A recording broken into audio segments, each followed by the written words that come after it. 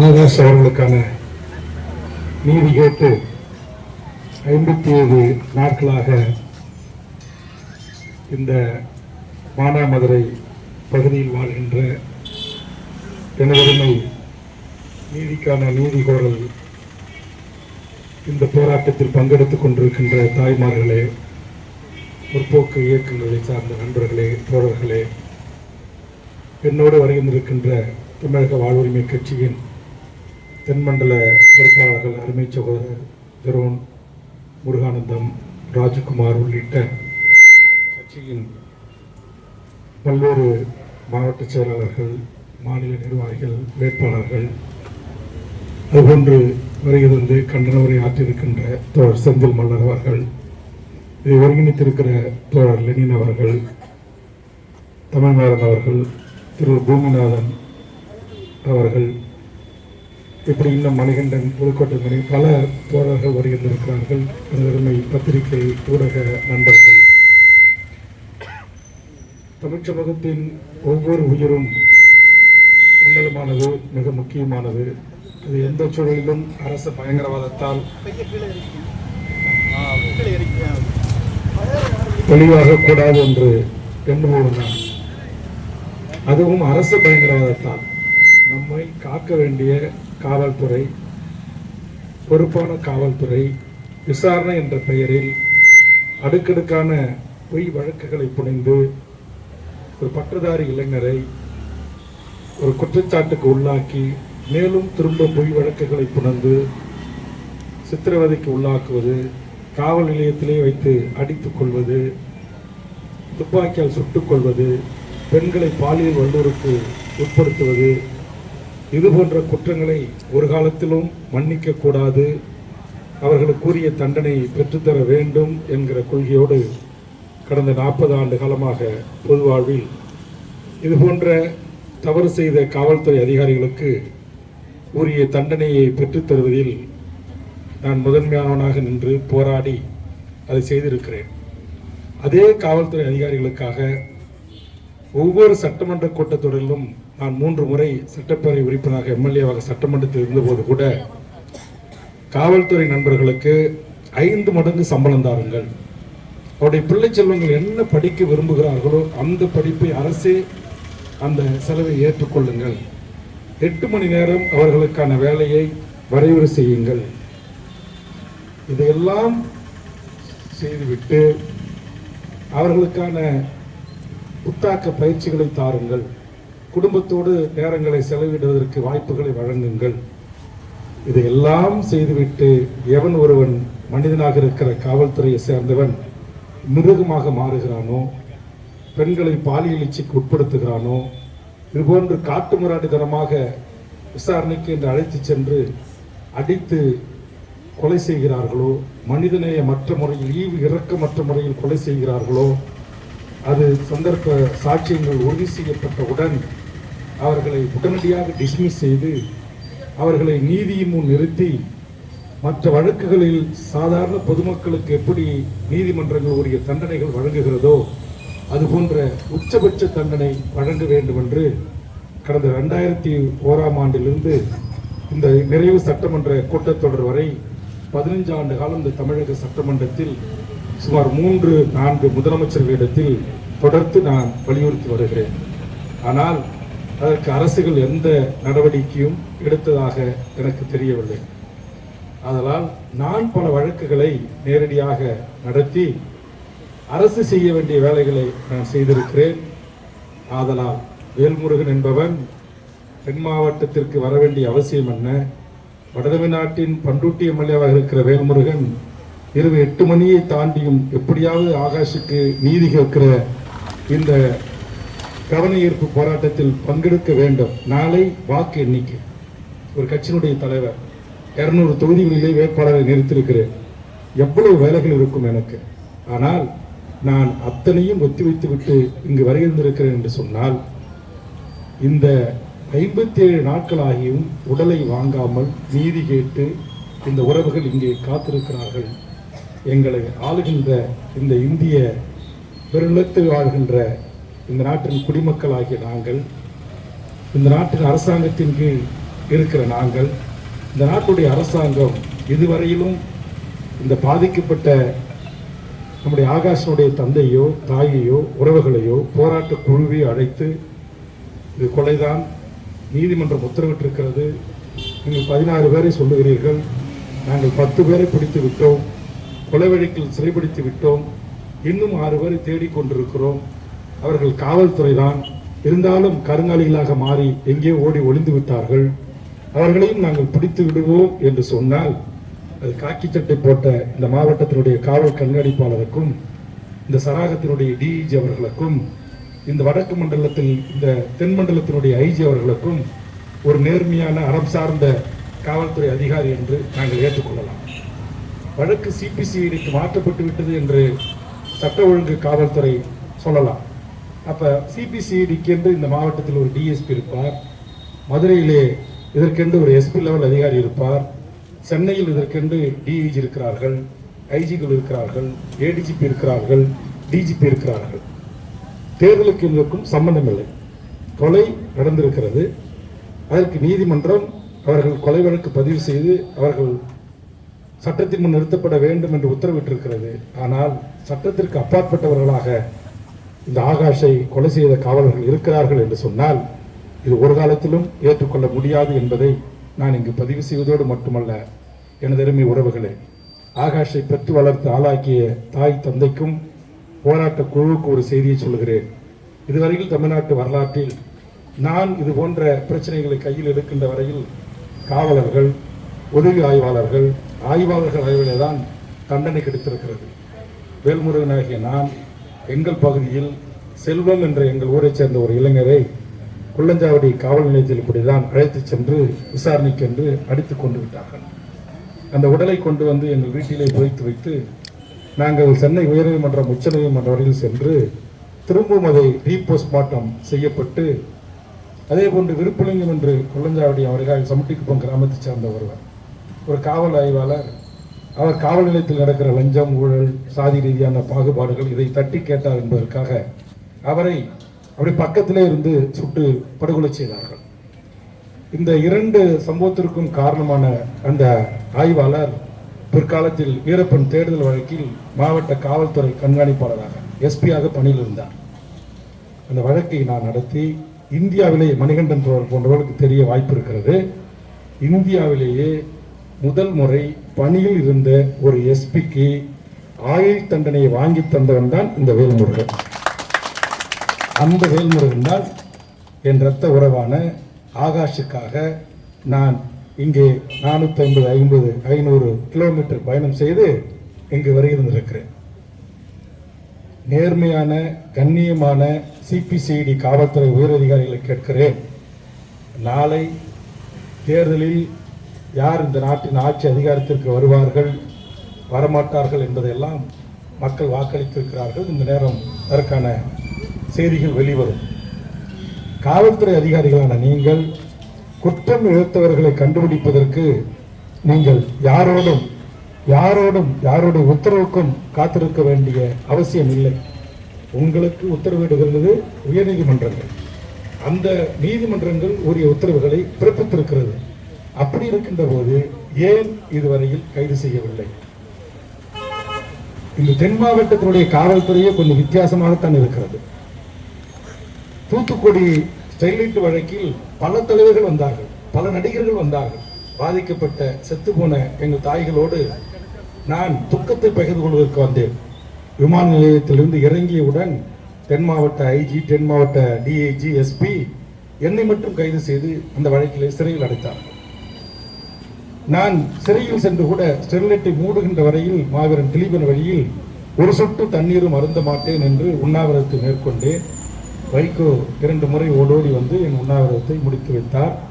என்னுடைய கிட்னி பாதிக்கப்பட்டு நான் ஸ்டாலின் மருத்துவமனையில் அனுமதிக்கப்பட்டேன். அது வேறு விஷயம். சரி, அதில் பச்சை படுகொலை செய்தார்கள். இயந்திர துப்பாக்கிகளை கொண்டு அப்பாவி மக்களை சுட்டு படுகொலை செய்தார்கள். ஒரு பெண் சுலோனி என்ற பெண்ணை வாயில் வைத்து பக்கத்தில் வைத்து இயந்திர துப்பாக்கிகள் சுட்டுக் கொண்டார்கள். மூளை சிதறி செத்து போனது.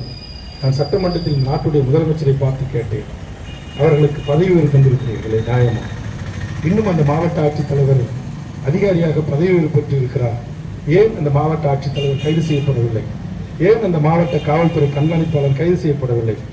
ஏன் அந்த சராகத்தினுடைய டிஐஜி கைது செய்யப்படவில்லை? ஏன் அந்த மதுரை மண்டலத்தினுடைய ஐஜி சட்டத்தின் முன் நிறுத்தப்படவில்லை என்று கேட்டேன். ஆனால் இன்றைக்கு அனைவருக்கும் பதவி உயர்வுகள் வழங்கப்பட்டு அவர்கள் இருந்த நிலையை விட பல மடங்கு பதவி உயர்வு பெற்றிருக்கிறார்கள். இதுதான் திமுக அரசும் எனக்குமான பல முரண்களில் அது ஒரு முரண். எத்தனையோ 234 எம்எல்ஏக்கள் இருந்தார்கள். யாரும் எஸ்பியை பயிற்சி கொள்ள தயாராக இல்லை. கலெக்டரை ஏன் கைது செய்யவில்லை என்று கேட்க தயாராக இல்லை தமிழக சட்டமன்றத்தில். அப்போது உத்தரவிட்ட உள்துறை செயலாளர் யார்? ஏன் அவர் இன்னும் அந்த பதவியில் நீடித்துக் கொண்டிருக்கிறார் என்று கேள்வி எழுப்பினேன். அன்றைக்கு இருந்த சட்ட ஒழுங்கு ஏடிஜிபி டிஜிபி மீது என்ன நடவடிக்கை என்று கேட்டேன்.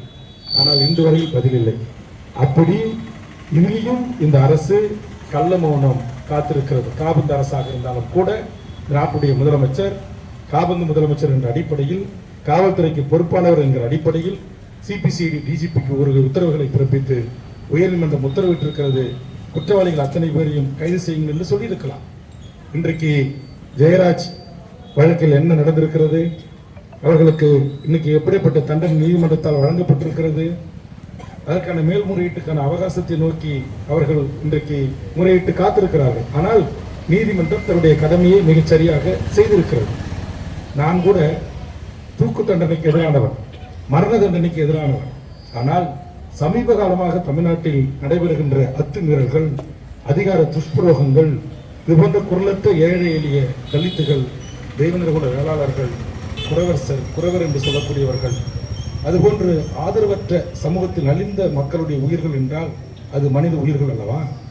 அவர்களுக்கும் 6 அறிவு இருக்குது அல்லவா? அவர்கள் நம்மளை போன்ற சக மனிதர்கள் தானே. ஆக அந்த உயிர்கள் செத்தால் ஏளனமாக இருப்பது, உயர் சாதியினர் செத்தால் ஒரு விதமான நடவடிக்கை. முதலமைச்சர் ஓடி வருவார், துணை முதலமைச்சர் வருவார்கள், அமைச்சர்கள் வருவார்கள். தமிழ்நாட்டுக்கு அத்தனை அரசியல் கட்சிகளும் போட்டி போட்டுக்கொண்டு அந்த குடும்பத்திற்கு தொகையை அறிவிப்பார்கள், அள்ளி கொடுப்பார்கள். ஆனால் இதுவரையில் ஆகாஷ் குடும்பத்திற்கு எவரும் கிள்ளி கூட கொடுக்கவில்லை என்று நான் கேள்விப்பட்டேன். என் உறவுகளை கவலைப்படாதீர்கள், நாங்கள் இருக்கிறோம். தமிழர் வாழ்வுரிமை கூட்டமைப்பு இருக்கிறது, தமிழர் வாழ்வுரிமை கூட்டணி இருக்கிறது. எல்லாவற்றிற்கும் மேலாக நான் என் சொந்த உழைப்பில் சம்பாதித்த பணத்தைத்தான் இது போன்ற வழக்குகளுக்காக செலவிடுகிறேன். இது போன்ற தமிழ்நாட்டில் பாதிக்கப்படுகின்ற குடும்பங்களுக்காக தோள் கொடுத்து துணி நிற்கிறேன். ஆதலால் சொல்லுகிறேன், இந்த வழக்கை நேர்மையாக சந்தித்து உயர்நீதிமன்றங்கள் உச்ச நீதிமன்ற வரையில் சென்று இந்த குற்றவாளிகளுக்கு கடுமையான தண்டனை பெற்றுத் தருவதற்கான முழு பொறுப்பையும் செலவையும் தமிழக வாழ்வுரிமை கட்சியும் நான் ஏற்றுக்கொள்ள கவலைப்படாது. அப்படித்தான் அந்த எஸ்பி வீரப்பன் வழக்கில் எஸ்பியாக இருந்தவரை சட்டையை கழட்டி யூனிஃபார்மோடு கோர்ட்டுக்கு போனவரை எஸ்பியை சட்டையை கழட்டி ஆயுள் சிறைவாசியாக வெள்ளை ட்ரௌசரும் வெள்ளை சட்டையை போட்டு ஜெயிலில் உட்கார வைத்து வந்தான் வேல்முருகன். அதோடு இல்லை, உங்களுக்கு தெரியும், தென் மாவட்டத்தில் பிரேம்குமார் ஒரு எஸ்பி கேள்விப்பட்டிருக்கீங்க. அவர் பல ஆண்டுகளுக்கு முன்பே நாகர்கோயிலே ஒரு கிறிஸ்துவ ஒரு கன்னிஸ்திரியை விசாரணைக்கு அழைத்து சென்று அவர் ஆடையை அழித்து மார்புகளில் குண்டூசாலை குத்தி சித்திரவதை செய்தார். அதற்கு பிறகு ஒரு ராணுவ வீரரை அவர் புல்லட்ல கட்டி ரீடிங் செயினை போட்டு இழுத்தார் தெரு தெருவாக. மக்கள் பயந்து ஓடினார்கள். பிரேம்குமார் என்றாலே அவர் எஸ்ஐயாக இருந்தபோது செய்தது. அந்த வழக்கை சரியாக நடத்தாமல் விட்டுவிட்டார்கள். பிறகு என்னிடத்தில் ஒரு சிக்கலில் அவர் மாட்டினார். கடலூருக்கு எஸ்பியாக வந்தார். என் மீது அதிகார வர்க்கம் சொன்னதற்காக என்னும் என் அண்ணன் சகோதரர்கள் அத்தனை பேர் மீதும் ஒரு கொலை வழக்கை பதிவு செய்து என்னை சுட்டு பிடிப்பேன் என்று சொல்லி சவால் விட்டார். நான் பெண்கள் இருக்கிறார்கள் சொல்லக்கூடாது, ஒரு வார்த்தையை சொல்லி நீ அங்குதான் சுட்டி பிடிக்க வேண்டும் என்று சொல்லிவிட்டு கோபத்தில் நான் உயர்நீதிமன்ற உச்ச நீதிமன்ற வரையில் சென்று போராடி நான் அந்த வழக்கிலிருந்து விடுதலையான பின்னாடி அந்த கதை எதற்காக இதை சொல்லுகிறேன் என்று சொன்னார். எங்கேயோ ஒரு என் கன்னிஸ்திரி, எங்கேயோ இந்த மூலையில் ஒரு இராணுவ வீரர் பாதிக்கப்பட்ட வழக்கை நானே எடுத்து டெல்லிக்கு சென்று 3 மாநிலத்தினுடைய தலைமை நீதிபதிகள், ஒருவர் பெயர் கங்குலி, குஜராத்தினுடைய சீஃப் ஜஸ்டிஸ் ஓய்வு, சுப்ரீம் கோர்ட்டில் ப்ராக்டிஸ் பண்ணுறாங்க. இன்னொருத்தர் எம்என் ராவ், ஆந்திர மாநிலத்துடைய லா செக்ரட்டரியாக இருந்து அந்த மாநிலத்துடைய சீஃப் ஜஸ்டிஸாக இருந்து ஓய்வு பெற்று டெல்லியில் அவர் சீனியர் கவுன்சிலாக பணி செய்கிறார். இன்னொருவர் பிரசாந்த். 3 சீனியர் கவுன்சில்களை ஏற்பாடு செய்து 25-30 ஆண்டுகளுக்கு முன்பு நடந்த வழக்கை தூசி தட்டி எடுத்து அந்த வழக்கில் பல உத்தரவுகளை பெற்று அதற்கு பிறகு அதை குறித்து தமிழக சட்டமன்றத்தில் நானே அதற்கு கேள்வி எழுப்பி அந்த நாட்டு முதலமைச்சராக இருந்த கலைஞர் அவர் வேல்முருகன் சொல்லுகின்ற கூற்றை தமிழ்நாடு அரசு விசாரிக்கும் என்கிற ஒரு உறுதிமொழியை வாங்கி அதற்கு பிறகு அந்த உறுதிமொழி குழுவுடைய தலைவராக நானே பொறுப்பேற்று நாட்டுடைய டிஜிபியும் ஹோம் செக்ரட்டரியும் வர வைத்து 24 மணி நேரத்தில் உயர்நீதிமன்ற உச்சநீதிமன்ற தீர்ப்புகள் இருக்கிறது.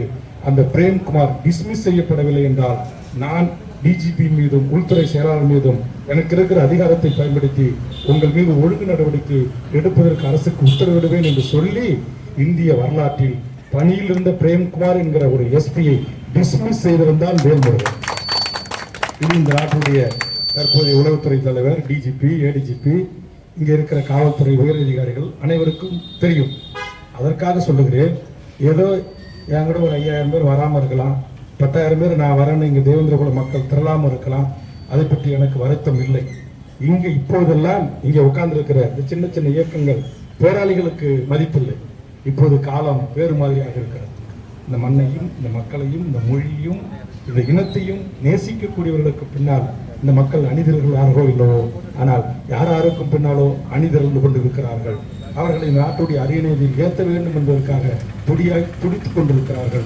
அதற்காக தங்கள் இன்னுயிரை கூட நாங்கள் தருவதற்கு தயாராக இருக்கிறோம் என்கிற ஒரு தலைமுறை உருவாகி இருக்கிறது என்பதற்காக நானோ, செந்தில் மலரோ, மணிகண்டனோ, தோழர் தமிழ்மாறனோ, இங்கே எழிலரசோ, தம்பி முருகானந்தனோ, ஜெகன்குமாரோ, இன்னும் இதை ஒருங்கிணைத்திருக்கிற லெனினோ நாங்கள் போய் சோர்ந்து போய் வீட்டிலே படுத்துக்கொள்ள மாட்டோம்.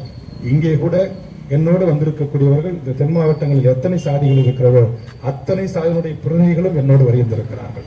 தம்பி ஆகாஷ் பிறந்தது தேவேந்திரகுல வேளாளர் சமூகமாக இருக்கலாம், ஆனால் ஒட்டுமொத்த தமிழ் சமூகமும் அவருக்கும் பின்னால், அவனுடைய தாய்க்கும் பின்னால், அவருடைய தந்தைக்கும் பின்னால் அணிதிரட்டுகிற பொறுப்பையும் நான் எடுத்துக்கொண்டிருக்கிறேன். இங்கே அமர்ந்திருக்கிற ராஜகுமார் ஒரு முக்குளத்தூர் சமூகத்தை சேர்ந்தவர் தான், பூமிநாதன் ஒரு யாதவ சமூகத்தை சேர்ந்தவர் தான், இங்கே இருக்கிற எழிலரசு ஒரு நாயுடு சமூகத்தை சேர்ந்தவர் தான். இங்கே எல்லா சமூகங்களும் இருக்கிறார்கள். தேவர் சமூகத்தை சேர்ந்த தம்பி ராஜேஷ் இருக்கிறார். இங்கே ரெட்டியார் சமூகத்தை சேர்ந்த திரு ராம் தொழிலதிபர் என்னோடு வந்திருக்கிறார். இங்கே திரு நம்முடைய சிவகிரி ஜமீன் குடும்பத்திலிருந்து முதல் வாரிசு இங்கு வருகின்றிருக்கிறார்கள். ஒட்டுமொத்த தமிழ் சமூகம் நாங்கள் ஒரு அணியாக திரண்டிருக்கிறோம். நிச்சயமாக ஆகாஷுக்காக நீதி கேட்போம். எம் கட்சியின் சார்பாக ஆகாஷினுடைய தாய்க்கும் தந்தைக்கும் குடும்ப நிதியாக ரூபாய் 1 லட்சம் ரூபாயை நான் வழங்குகிறேன். வழக்கு நீதி எவ்வளவு ஆனாலும் பரவாயில்லை, எத்தனை லட்சங்கள் ஆனாலும் போராட்ட குழு தம்பி லெனின் இருக்கிற தமிழ்மகன் போன்றவர்கள், செந்தில் மல்லர் போன்றவர்கள் சீனியர் கவுன்சிலை ஏற்பாடு செய்யுங்கள். நல்ல நான் அப்போது வைத்த வழக்கறிஞர் திரு சங்கரசுப்பு, நீதிபதியாக இருந்த திரு KM பாட்சா, நீதிபதியாக இருந்த திரு சந்துரு, மறைந்த மயிலாடுதுறை ராமதாஸ், மறைந்த மூத்த வழக்கறிஞர் கலைமணி, இப்படி எனக்கு வழக்கறிஞராக இருந்தவர்களே பல பேர் சென்னை உயர்நீதிமன்றத்தின் நீதிபதியாக, உச்ச நீதிமன்றத்தின் நீதிபதியாக போனார்கள். இதில் நமக்கு நியாயம் கிடைக்கவில்லை என்று சொன்னால் நிச்சயம் நாம் மூத்த வழக்கறிஞர்களை கொண்டு நாம் போராடுவோம். இன்னமும் நீதியை வழங்கக்கூடிய நேர்மையான, ஜாதிக்கு விலை போகாத, பணத்துக்கு விலை போகாத, அரச பயங்கரவாதத்திற்கு துணை போகாத நீதியரசர்கள் இருக்கிறார்கள். அதனால்தான் நம்முடைய ஜெயராஜுக்கும் பெண்ணி குறுக்கிக்கும் நீதி கிடைத்திருக்கிறது. காவல்துறை அதிகாரிகள் என்பதற்காக தண்டனையை அவர்கள் குறைக்கவில்லை. காவல்துறையாக இருந்தாலும் நீ செய்தது குற்றம். அப்பன் மகனை அடித்தே கொலை செய்திருக்கிறாய், சித்திரவதையை கொலை செய்திருக்கிறார், சாட்சிகள் இருக்கிறது, சான்றுகள் இருக்கிறது, செல் என்று இன்றைக்கு அவர்களுக்கு தூக்கு தண்டனை கிடைத்திருக்கிறது. ஆக இன்னும் நீதி இந்த மண்ணில் செத்து போகவில்லை. இன்னமும் கூட ஒரு சில பத்திரிகை ஊடகங்கள் தர்மத்தோடு நடந்து கொள்கிறார்கள். பல ஊடகம் பத்திரிகைகளில் எங்கே இருக்கிறது ஊடக தர்மம், எங்கே இருக்கிறது பத்திரிகை தர்மம், எங்கே இருக்கிறது 4வது தூண் என்று தேட வேண்டிய சூழலிலும் கூட சிலர் அங்கொன்றும் இங்கொன்றுமாக யாரோ ஒரு ரிப்போர்ட்டர்ஸ், யாரோ ஒரு பத்திரிகையாளர் இது போன்ற செய்திகளை இந்த உலகத்துக்கு சொல்லிக் கொண்டுதான் இருக்கிறார்கள், எழுதி கொண்டுதான் இருக்கிறார்கள். அவர்கள் துணையோடு மனித உரிமைக்காக போராடுகின்ற இயக்கங்களோடு, அமைப்புகளோடு நாம் சேர்ந்து கண்டிப்பாக இதற்கான நீதியை பெறுவோம். நீங்கள் அவர்களை என்ன வழக்குன்னு கேட்டேன். எப்பயோ ஒரு வழக்கு, ஒரு புட்டப் கேஸ், ஒரு கஞ்சா கேஸ் போட்டிருக்காங்க. அதுக்கு பிறகு அவர் என்ன ராபரி பண்ணாரா, வழிபறி பண்ணாரா, திருடனாரா, கொலை கேங்ஸ்டாரா இருந்தாரா, என்ன பண்ணாரு? சின்ன பசங்க எல்லாரும் எல்லா சமூகத்தில் பிறந்தவங்களும் ஒரு கத்தியை வச்சுக்கிட்டு அறுவலை வச்சுக்கிட்டு படம் போட்டிருக்கிறான். ஆனால் அவர் எந்த யாரையாச்சும் போய் கூலிப்படைக்கு பணத்தை வாங்கிட்டு கொலை செஞ்ச அந்த கேங் லீடராக இருந்திருக்கிறாரா? ஒரே ஒரு குற்றச்சாட்டு சொல்கிறாங்க, அவங்க அறுவலை வச்சு படம் போட்டிருக்கிறான். அதை தாண்டி என்ன குற்றம்? மீதி நீங்கள் வழக்கு போட்ட 2 வழக்கு புட்டப்பு வழக்கு. எனக்கு தெரியும் எத்தனை குடும்பங்கள் பொய் வழக்கால் பாதிக்கப்படுகின்றன, எத்தனை குடும்பங்கள் நடுநாசிக்கு வந்திருக்கிறது. எல்லாம் உண்மைக்கு மாறான வழக்கு. என் மீதே கொலை வழக்கு போட்டார். நான் ஒரு எம்எல்ஏ, மணல் குவாரிக்கு எதிராக போராடி, லாட்டரிக்கு எதிராக போராடி 30 ஆண்டு காலமாக, 35 ஆண்டு காலமாக எனக்கு சென்னை உயர்நீதிமன்றத்தால் 24 மணி நேரம் ஆயுதம் தாங்கிய காவலர் என் கூட இருக்கிறார். காவலர் என் கூடவே இருக்கும்போது நான் கத்தியை ஓங்கி ஒருவனை வெட்டினேன் என்று என் மீது வழக்கு, என் அண்ணன் தம்பி அத்தனை பேர் மீது வழக்கு. ஆக ஒரு எம்எல்ஏ மீதே பொய் வழக்கு போடுது இந்த அரசு பயங்கரவாதம் என்று சொன்னால் சாதாரண ஆகாஷ் மீது போடுவார்கள். ஆனால் அதை எதிர்த்து வீரியத்தோடு போராடி அந்த ஆகாஷனுடைய அநியாய அக்கிரம படுகொலைக்கு நாம் நீதி கோருவோம். இது ஒரு சிறு கூட்டமாக இருக்கலாம். இன்னும் இந்த நாட்டில் இந்த மக்களுக்காக, குரலற்ற மக்களுக்காக போராடுகின்ற எத்தனையோ கம்யூனிஸ்ட் இயக்கங்கள் இருக்கிறது, இடதுசாரி அமைப்புகள் இருக்கிறது, மனித உரிமை ஹென்றி டிபன் போன்ற மனித உரிமை அமைப்புகள் இருக்கிறது. இன்னும் இந்த நாட்டில் நல்ல மனிதர்கள் அன்பொன்றுமாக இருந்து கொண்டுதான் இருக்கிறார்கள். அதனால் என் தாய்களை கவலைப்படாதீர்கள். அருமை சகோதரர்களே, நான் வந்ததனுடைய நோக்கம், நாங்கள் எல்லாம் இருக்கிறோம். நான் அஜித் வீட்டுக்கும் போனேன். தென் மாவட்டங்களில் எங்கெல்லாம் பாதிக்கப்படுகின்றது, மணிகண்டன் கலவரம், அப்போது நான் செல்ல முடியவில்லை. இப்படி எல்லா பிரச்சனைக்கும் நான் கண்டித்திருக்கிறேன், சட்டமன்றத்தில் பேசியிருக்கிறேன். மயிலாப்பூரில் ஒரு ஆட்டோ தொழிலாளி அடித்துக் கொண்டபோது முதலமைச்சர் அது கொலை இல்லை என்று சொன்னார். நான் பேசிய பிறகுதான் அது கொலை என்று ஒத்துக்கொண்டு நடவடிக்கை எடுத்தார். ஆக பல சம்பவங்களை காவல்துறை மூடி மறைத்த போது அதை வெளி உலகத்துக்கு கொண்டு வந்திருக்கிறேன் என்னுடைய சட்டமன்ற பேச்சின் ஊடாக. அதைத்தான் செந்தில் மல்லர் அவர்கள் இங்கு சுட்டிக்காட்டினார்கள். ஆக எங்கு இது போன்ற மனித மரணங்கள் நடந்தாலும், மனித படுகொலைகள் நடந்தாலும், காவல் நிலைய கற்பழிப்புகள் நடந்தாலும் அத்தனைக்கும் நாம் நீதியை பெறுகின்ற அந்த 40 ஆண்டு காலம் என்னுடைய கடந்து வந்த பாதை. வச்சாத்தியில் ஏற்பட்டது, வீரப்பனோடு இருந்தார்கள் என்பதற்காக பாதிக்கப்பட்ட மக்களுக்கான நீதி கேட்டதில் இருந்து பல புத்தூர் காவல் நிலைய வழக்கு, குள்ளஞ்சாவடி கட்டது, நம்முடைய புத்தாண்டிக்கு போம் வசந்தா கற்பழிப்பு, இப்படி புத்தூர் காவல் நிலையம், ஆண்டிமட காவல் நிலைய வழக்கு, சிதம்பரம் பத்மனி வழக்கு என்று இந்த 40 ஆண்டு காலத்தில் தமிழ் சமூகத்தில் ஏற்பட்ட லாப்கப் மரணங்களிலிருந்து, கற்பழிப்பு சம்பவங்களிலிருந்து எல்லாவற்றிலும் ஏதோ ஒரு ஒரு ஒரு ஒரு முனையில் தோல் நின்று துணை நின்று இதற்கெல்லாம் நீதி கோரலில் ஒரு பங்காற்றியவர் ஹென்றி டிபனோடு, மற்ற திரு SV ராஜவேரை போன்றவரோடு, பல்வேறு மனித உரிமை அமைப்புகளோடு, அந்த அடிப்படையில் நான் சொல்லுகிறேன், நிச்சயம் இந்த அக்கிரம அநியாய இந்த அதிகாரம், நம்மை காக்க வேண்டிய காவல் அரண்கள், நம்மை பாதுகாக்க வேண்டிய காவல்துறை அதிகாரிகள், அவர்களே இது போன்ற உணர்ச்சி வயப்பட்டு அல்லது சாதிய ரீதியான ஒரு வெறுப்பின் ஊடாக மக்களை அணுகுவது, இளைஞர்களை அணுகுவது, பொய் வழக்கு போடுவது, அல்லது தாங்கள் ஏதோ ஹீரோயிசம் செய்கிறோம் என்பதற்காக இவர்களெல்லாம் அடித்தால் யார் கேட்பது என்று கண்மூடித்தனமாக அடிப்பது, ஆடைகளை கவித்தடிப்பது, இந்த ஆகாஷனுடைய ரத்தத்தை உறிஞ்சிருக்கிறதா என்று சொல்லுகிறார்கள், எவ்வளவு சித்திரவதைக்கு உள்ளாக்கி இருக்கிறார்கள். இப்படி மனிதநேயமற்ற முறையில் இப்போதுதான் கண்முன்னே உங்களுக்கு பென்னிக்ஸ் வழக்கில் நடந்திருக்கிறது. இப்படி இருக்கின்ற போது இது ஒரு சம்பவம். இங்கே ஒரு அம்பாசம்பத்துக்கு ஒரு ஒரு அதிகாரி பல்லை புடுங்குகிறார், கொரடாவை வச்சு, கட்டிங் பயிர் வச்சு. சொல்லுங்க, எவ்வளவு அநியாயம் நடக்குது. மனிதர்களை மனிதர்களாக பார்க்கின்ற அந்த எண்ணமே காவல்துறை இருக்கிற சில கருப்பு ஆடுகளுக்கு இல்லை. 1.25 லட்சம் காவலர்கள், 100-200 காவலர்கள், அல்லது 1% காவலர்கள் இப்படி மோசமாக நடந்து கொண்டார். அஜித்தை அநியாயமாக அடித்துக் கொண்டார்கள். இப்போது அந்த வழக்கை கொடுத்தவரை நான் அப்படி வழக்கை கொடுக்கவில்லை என்று சொல்லுகிறேன். அப்ப அந்த உயிருக்கு யார் பொறுப்பு? அப்ப அவரை காப்பாற்றுவதற்காக எத்தனை உயரதிகாரிகள் சம்பந்தப்பட்டிருக்கிறார்கள் என்று பல பத்திரிகை ஊடகங்களில் வெளிவந்திருக்கிறது. ஆக இந்த நாட்டில் இன்னைக்கு ஸ்டெர்லைட்ல இருந்து இன்னும் நமக்கு நீதி கிடைக்கல, பல வழக்குகளில் நீதி கிடைக்கல. ஆனால் சில வழக்குகளாவது நீதி கிடைக்கிறது. அந்த சில வழக்குகளில் ஒரு வழக்காக ஆகாஷனுடைய வழக்கு இருக்கும். கண்டிப்பாக நீங்கள் நீதி வேண்டும் என்று அமர்ந்திருக்கிறீர்கள் பதாகைகளோடு. நிச்சயம் உங்களுக்கு நீதி கிடைக்கும். அதற்கு தமிழக வாழ்வுரிமை கட்சியும் நாம் சார்ந்திருக்கிற தமிழர் வாழ்வுரிமை கூட்டமைப்பும் கூட்டணியும் உங்களுக்கு தோள் கொடுத்து துணை நிற்போம் என்பதை இந்த நேரத்திலே தெரிவித்து, ஏதோ குறைந்தபட்சம் இந்த ஜனநாயக ரீதியாக இந்த கவனத்தை ஈர்ப்பதற்காக இதை அனுமதி அளித்த மாவட்ட நிர்வாகத்திற்கு நன்றி சொல்லி, இவ்வளவு நேரம் காத்திருந்த பத்திரிகை ஊடகங்கள் நண்பர்களுக்கும் நன்றி சொல்லி, அனைவருக்கும் நன்றி சொல்லி நிறைவு செய்கிறேன்.